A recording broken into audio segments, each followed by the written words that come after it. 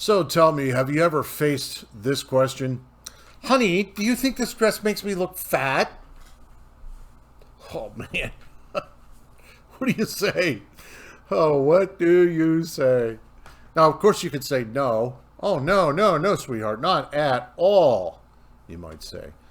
And then, of course, your wife goes out and you run the risk of somebody being honest with her, which will get you into trouble. Why weren't you honest with me? You could be clever. You could. You could be clever and say, why, actually, sweetheart, yes, it does. There's no way you're the size that that dress is making you appear.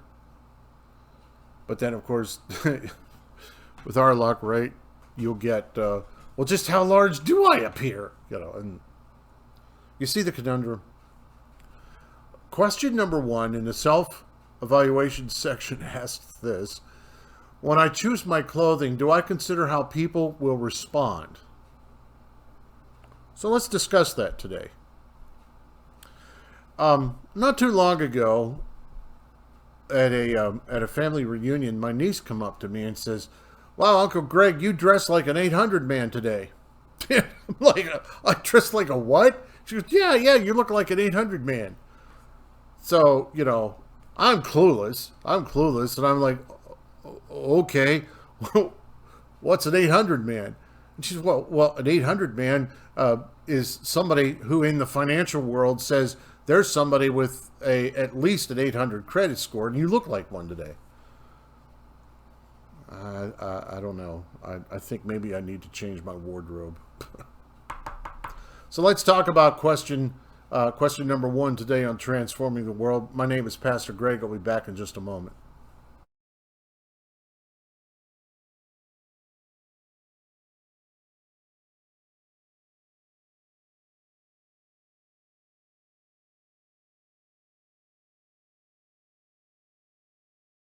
So, friend, has it ever occurred to you that we communicate things to others by the way we dress, by the way that we look? According to the Apostle Paul, our discretion actually needs to extend beyond our words and our actions, but even into how we dress. According to the Apostle Paul, as he's writing to his friend Timothy, Paul says this, First Timothy chapter 2, he speaks about conduct there, of course, but he also speaks about dress. Now, I know the instruction here in chapter 2, the only individual that Paul talks about is the woman, but I believe we can make the application for women and men. It seems to make sense. Look at the points that he makes here in verses 9 and 10.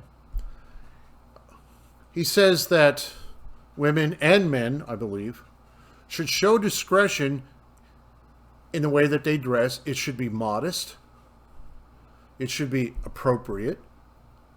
It should not say, hey, look at me, look how flash I am. Our dress should not be like that.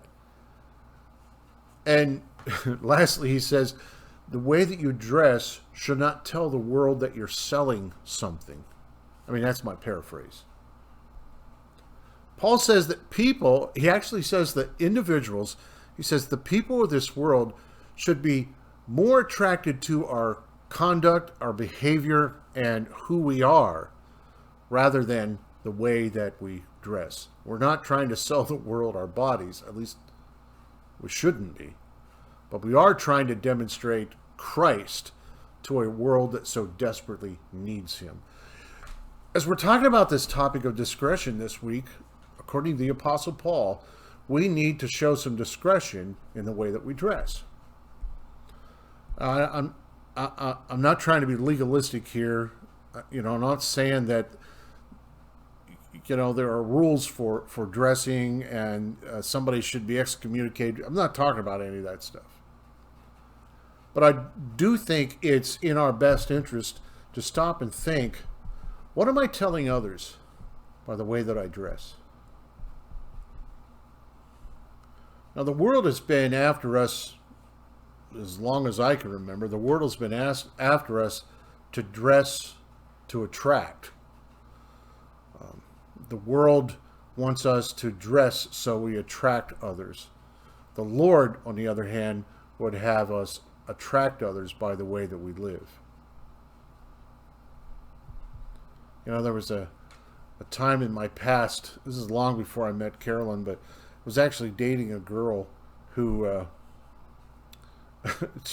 she did not like the frumpy way that I dressed. You know, she complained about the way I dressed, and her comment was, "You got to dress better if you want to be seen with me in public." Obviously, that relationship did not last very long, but I will never forget her words. She was more concerned about the way that I looked than who I was. And that's how shallow our society is. Our society ends up judging other people based upon the way they look, by the way that they dress. And you and I, as Christians, dare not become ensnared in that trap. We need to practice discretion. Never mind what the world is telling us. What has the Lord told us? Let folks be attracted to who we are, not what we look like. We need to practice discretion and honor and dress in a way that honors God. We honor God by what we wear. We honor God by how much we wear sometimes. And we honor God by how we wear it. That's a side of discretion that the Apostle Paul addresses there in 1 Timothy. So let's finish this topic of discretion tomorrow.